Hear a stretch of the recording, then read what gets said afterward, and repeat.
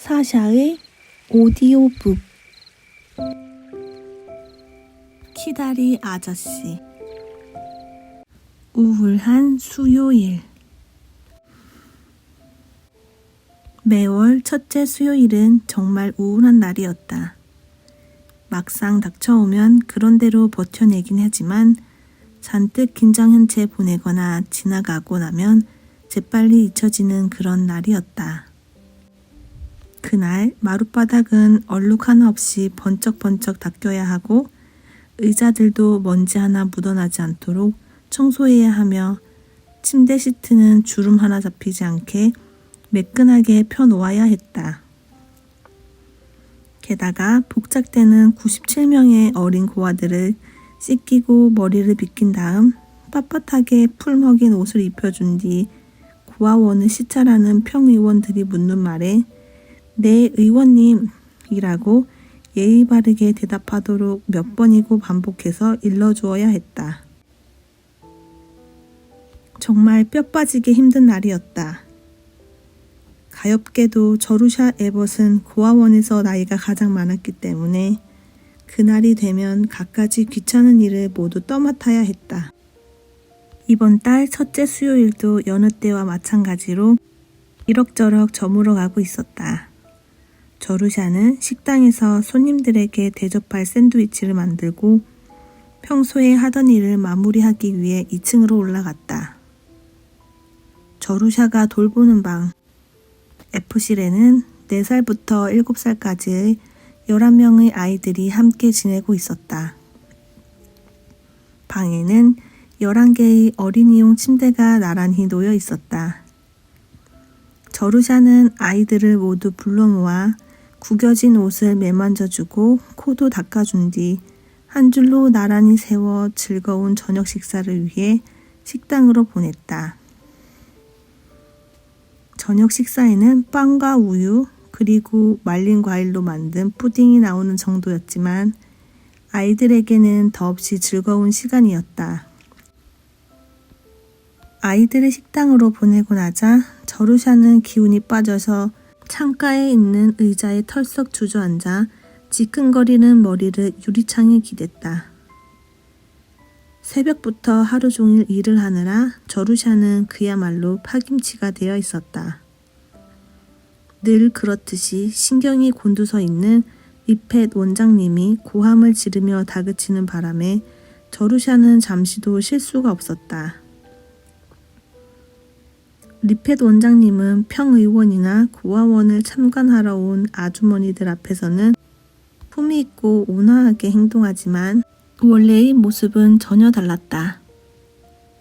저루샤는 창밖 너머로 하얗게 서리가 내린 잔디밭을 보고 있었다. 고아원을 둘러싸고 있는 높은 쇠 울타리 너머 언덕에는 아름다운 별장이 있었다. 별장 마당의 낙엽이 져서 앙상한 나무 숲 사이로 교회의 뾰족탑도 보였다. 이윽고 하루가 저물어 간다. 오늘도 모든 것이 무사히 지나간 것이다. 고아원을 살피러 온 사람이나 평의원들은 차를 마시며 대충 보고서를 읽고 나서 서둘러 따뜻한 난로가 있는 자기 집으로 돌아가는 중이다. 그들은 앞으로 한 달 동안은 이 귀찮은 고아들을 깨끗이 잊어버릴 것이다. 저루샤는 부러움과 호기심이 섞인 마음으로 마차와 자동차의 행렬을 조용히 내려다보고 있었다. 차가 미끄러져 나갈 때마다 자신이 그 차를 타고 언덕 위에 있는 아름다운 별장으로 들어가는 공상에 잠기곤 했다. 포근한 털 외투에 깃털 장식이 달린 모자를 쓰고 의자에 기대 앉아 집으로 갑시다 라고 운전사에게 말하는 자신을 상상했다. 그러나 자동차가 저택의 현관 앞에 이르면 그 상상은 멈춰버렸다. 리펫 원장님이 저루샤에게 너무 지나치게 상상에 빠져드는 것은 위험하다고 경고할 정도로 저루샤의 상상력은 너무나 풍부했다. 하지만 그 상상력도 언제나 자기가 들어가 보고 싶은 아름다운 별장의 현관 안으로는 데려가 주지 못했다.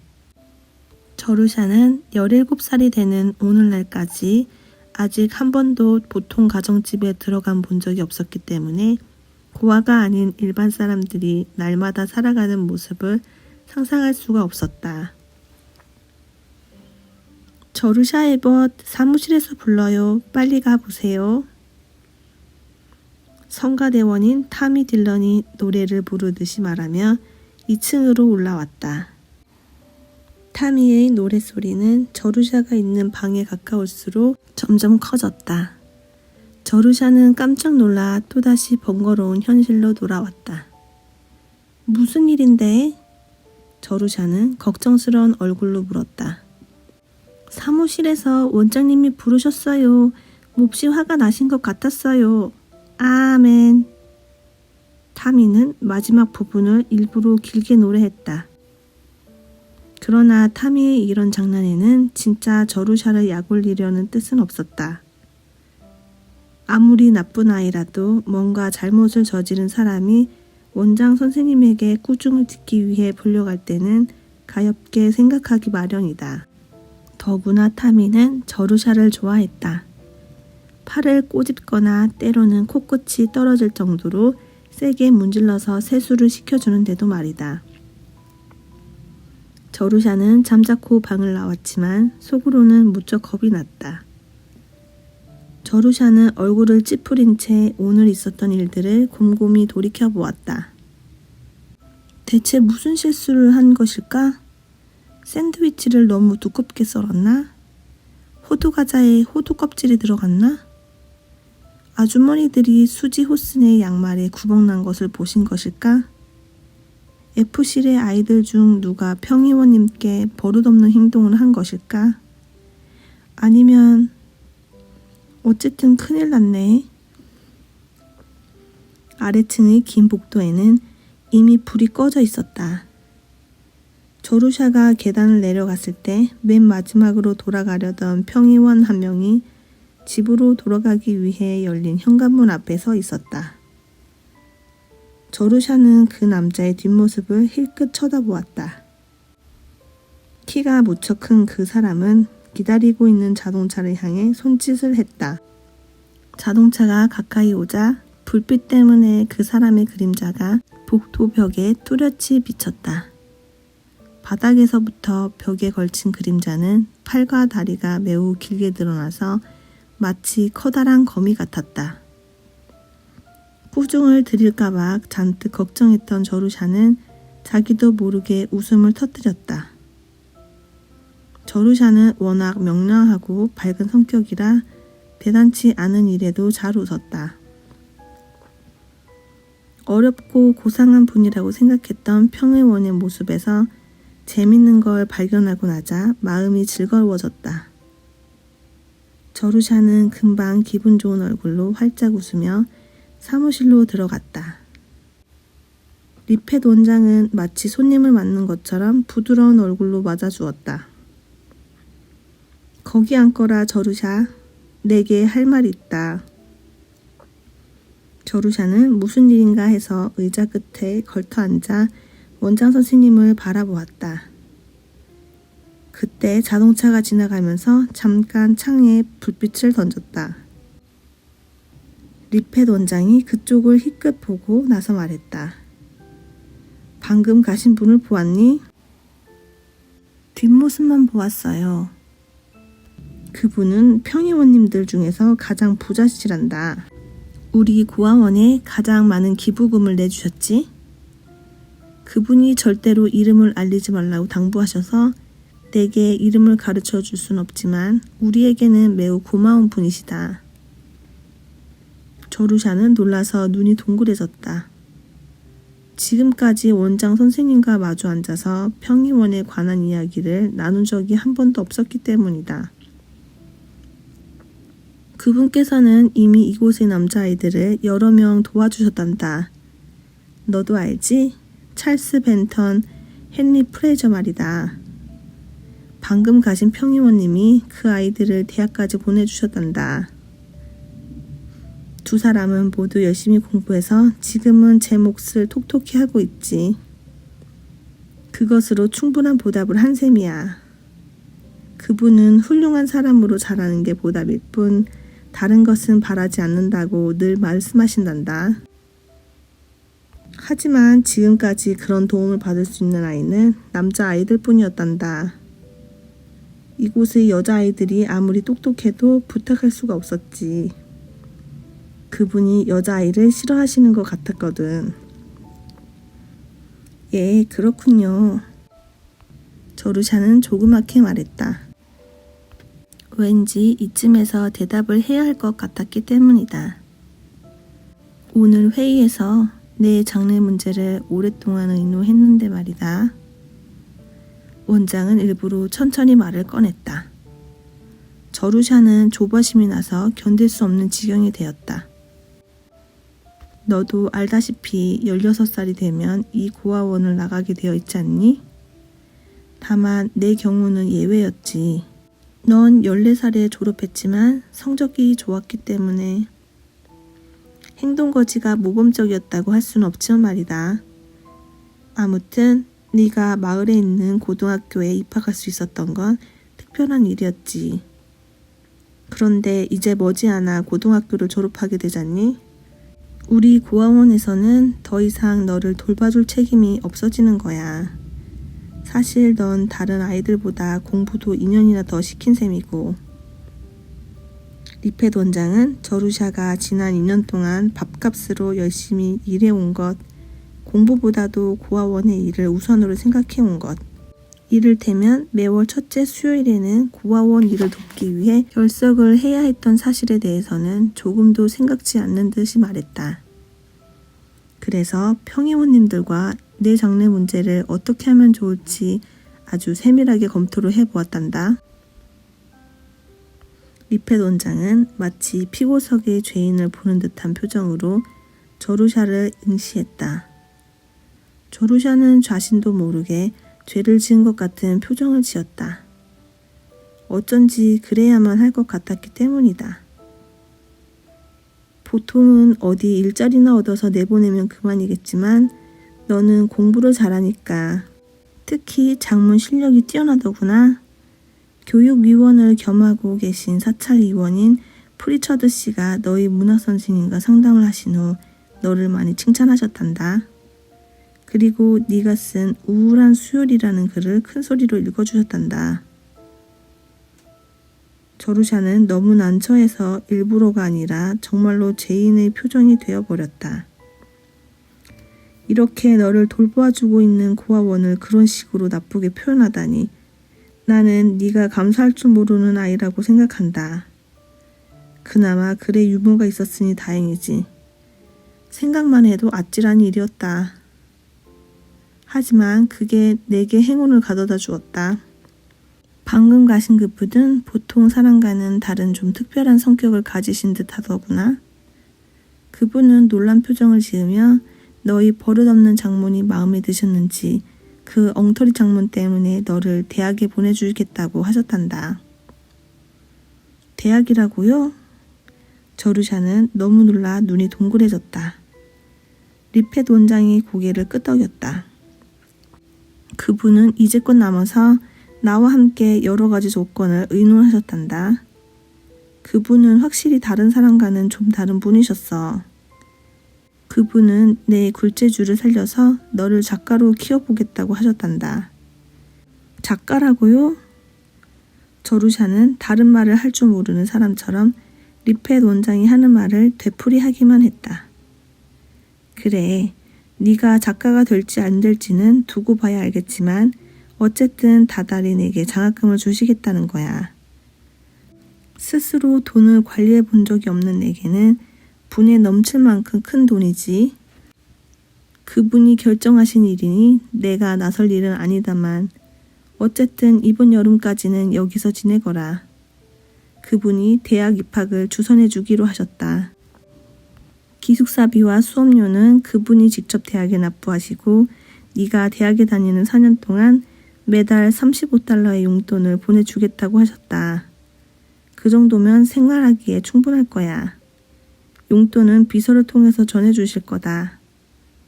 너는 그 보답으로 한 달에 한 번 그분께 감사의 편지를 써야 한다. 그렇다고 용돈을 보내주신 것에 대한 감사의 편지를 쓰라는 것이 아니야. 그분은 그런 형식적인 편지는 좋아하지 않는다고 하시는구나. 학교 공부는 얼마나 진행되었는지, 기숙사 생활은 어떤지 등을 자세히 적어 보내라는 거야. 보통 학생들이 부모님께 보내는 편지 같은 걸 말하는 거지. 편지 봉투에는 존 스미스 님이라고 쓰고 주소는 그분의 비서에게로 쓰면 된다. 물론 그분 이름이 존 스미스는 아니야. 아까도 말했듯이 그분은 이름을 밝히고 싶어 하지 않으시거든. 그러니까 너는 존 스미스 님이라고만 알고 있으면 돼. 그분은 문정력을 기르는 데는 편지만 한 것이 없다고 하시더구나. 그런데 너는 편지를 보낼 가족이 없으니까 대신 그분이 받으시겠다는 거지. 그분은 내 편지에 답장을 하지 않으실 거야. 내 편지에 무슨 내용이 쓰여있든 마찬가지야. 편지 쓰기를 아주 싫어하시는 데다 그런 일로 내게 부담을 느끼고 싶지 않으신 거란다. 물론 그런 일은 없겠지만 만일 네가 대학을 그만두고 싶다거나 해서 답장을 꼭 받아야 할 때엔 비서하고 의논하라고 하셨다. 어쨌든 한 달에 한 번 편지 쓰는 일은 꼭 지켜야 한다. 그분이 장학금을 대주는 조건으로 요구하는 건 그것뿐이니 너를 도와주는 일에 보람을 느끼실 수 있도록 써야 한다. 그리고 항상 그분이 존 그리어 고아원의 평의원님이란 걸 잊지 말기 바란다. 저루샤는 1초라도 빨리 자기 방으로 돌아가고 싶어서 몇 번이고 문 쪽을 바라보았다. 머릿속은 온통 기쁨으로 가득 차 있었다. 지루한 원장 선생님의 잔소리에서 풀려나 혼자 생각해보고 싶었다. 저루샤는 의자에서 일어나 한 걸음 물러섰다. 리펫 원장은 손짓으로 저루샤가 나가는 것을 막으며 연설을 계속했다. 이런 행운을 만나게 된 것을 깊이 감사하고 있겠지? 너 같은 처지에 이런 행운을 얻는 건 결코 흔한 일이 아니다. 그러니 절대로 그분의 인애를 잊지 말아야 하고. 네, 원장 선생님, 잘 알겠습니다. 감사합니다. 말씀이 끝나셨으면 이만 나가보겠습니다. 프레디 퍼킨스의 뚫어진 바지를 꿰매 주어야 하거든요. 저루샤는 방에서 뛰어나오자마자 문을 닫았다.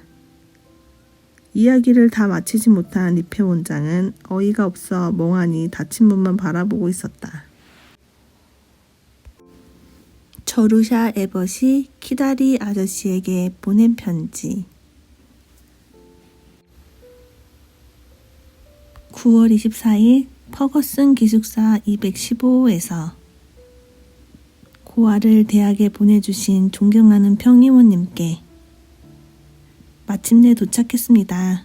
어제는 4시간 동안 기차 여행을 했습니다. 아주 즐거운 여행이었습니다. 태어나서 처음 경험한 기차 여행이었으니까요. 대학이 굉장히 커서 저는 주눅이 들어버렸어요. 방에서 나갈 때마다 어떻게 해야 할지 망설이게 된답니다. 차차 정리가 되면 자세히 말씀드리겠습니다. 학과 공부에 대해서도 알려드리겠어요. 수업은 월요일 아침부터 시작된답니다. 지금은 토요일 밤이에요. 먼저 첫인사를 드리기 위한 편지를 씁니다. 전혀 모르는 분께 편지를 쓰자니 기분이 이상해요.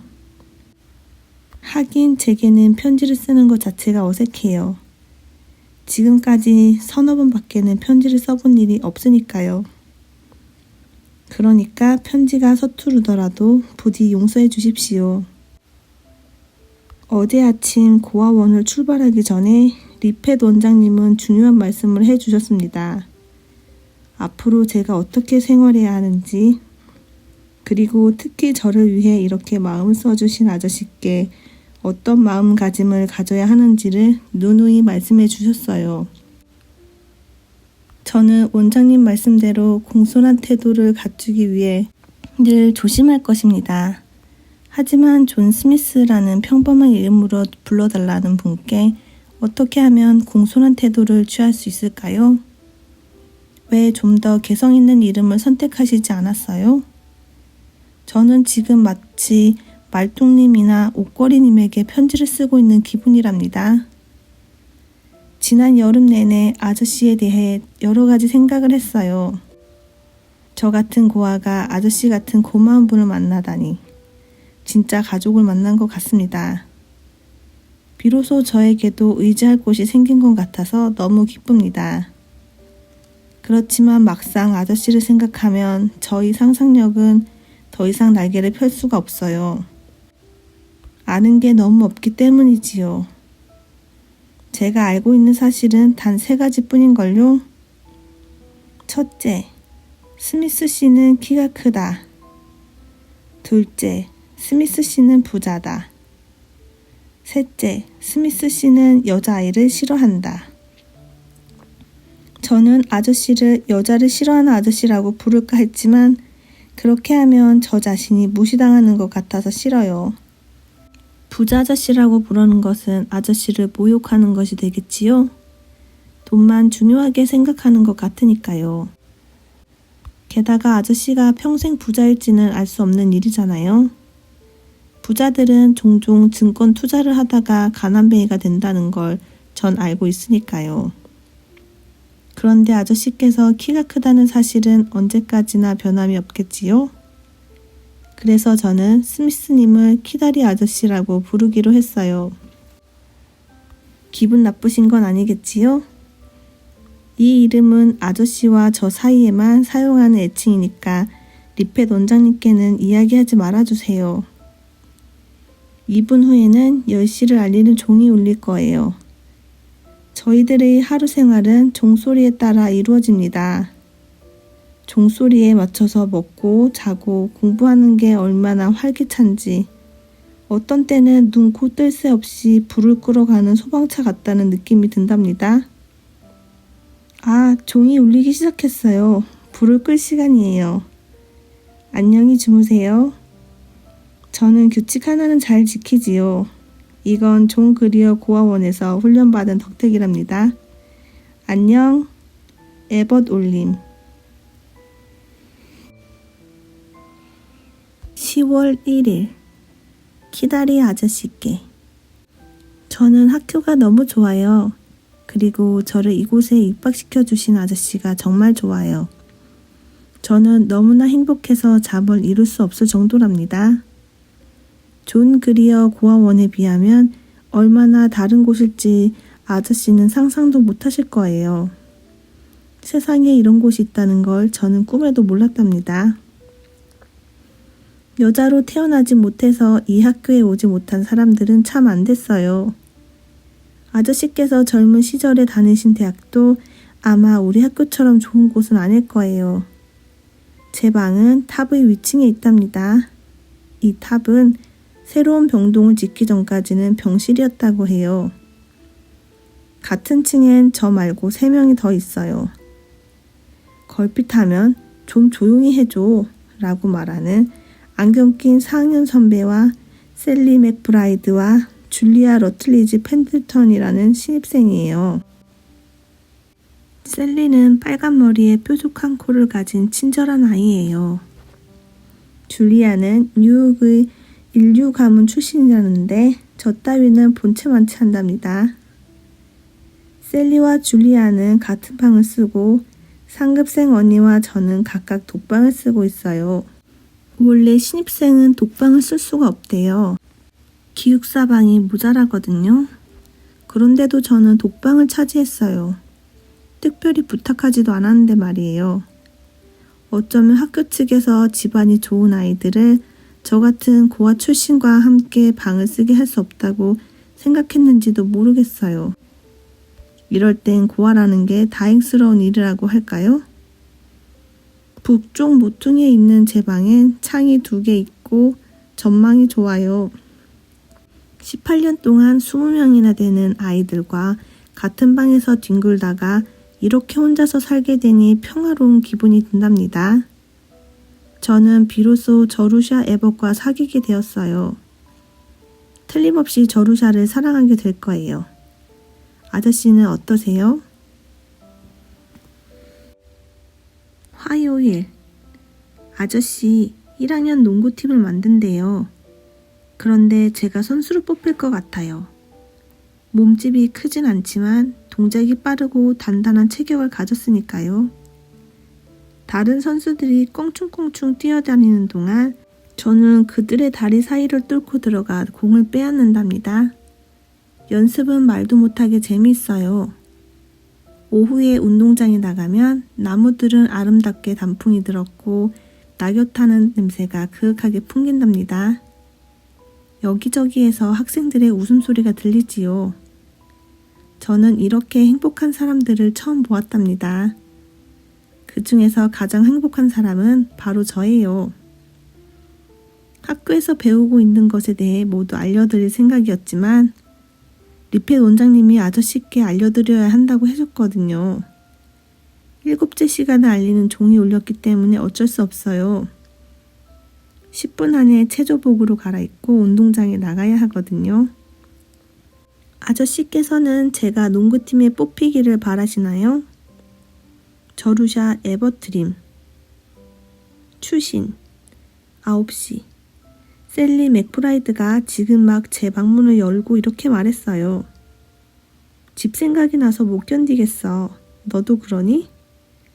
저는 살짝 웃으며 아니 견딜만 해 라고 대답했어요. 적어도 저는 집 생각에 시달리진 않지요.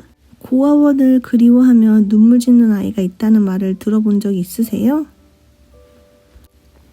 10월 10일 키다리 아저씨께. 아저씨는 미켈란젤로에 대해 아세요? 미켈란젤로는 중세 이탈리아의 유명한 화가랍니다. 영문학을 공부한 사람이면 누구나 다 아는 사람이죠. 미켈란젤로를 대천사인 줄 알았다는 제 말에 우리 반 아이들은 한바탕 웃었어요. 얼른 들으면 발음이 비슷하지 않아요? 아크에이절. 대학에서 좀 마음에 걸리는 건 제가 한 번도 들어본 적이 없는 것들을 다른 아이들은 이미 다 알고 있다는 것입니다. 그런 이야기가 나올 때는 잠자코 듣고 있다가 나중에 백과사전을 뒤져보곤 하지요. 계약하던 날 저는 큰 실수를 했답니다. 누군가가 벨기에의 시인 모리스 마텔르링크 이야기를 꺼냈는데 제가 그 애도 신입생이야? 라고 했거든요. 이 일은 학교 전체에 퍼지고 말았어요. 하지만 공부만큼은 누구 못지않게 잘하고 있어요. 제 방을 어떻게 꾸몄는지 궁금하지 않으세요? 노란색과 갈색으로 꾸몄어요. 벽은 옅은 갈색이고 창문에는 노란색 커튼을 달았어요. 마호가니 중국품 책상은 3달러에 샀고 흔들 의자 1개와 가운데 잉크 얼룩이 있는 양탄자도 한 장 샀습니다. 잉크 얼룩이 있는 곳에 흔들 의자를 놓았답니다. 창문은 너무 높아서 웬만한 의자에 올라서도 밖이 보이지 않습니다.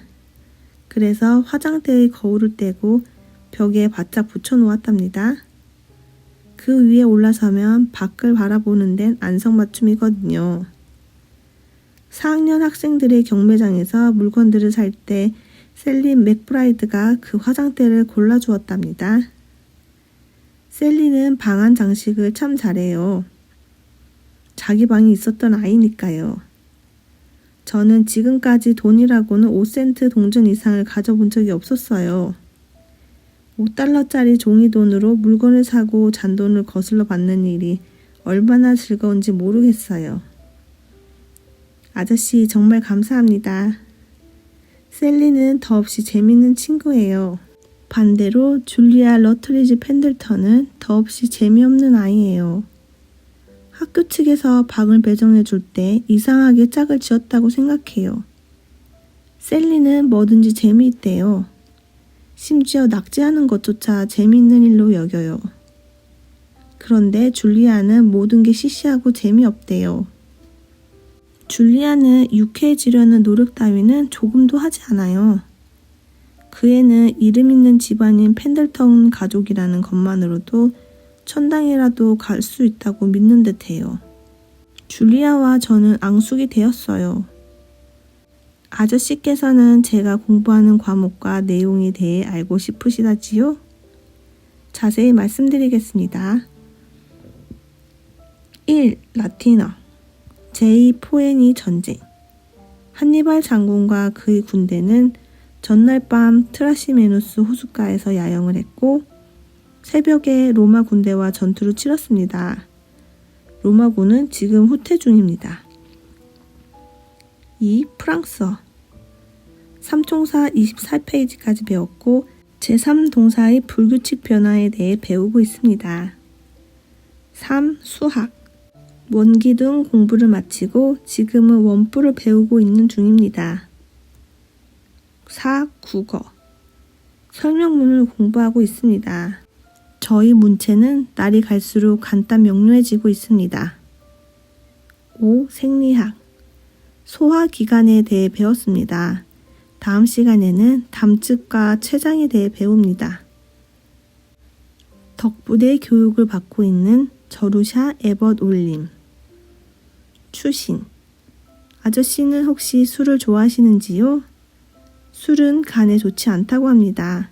기억해 주세요.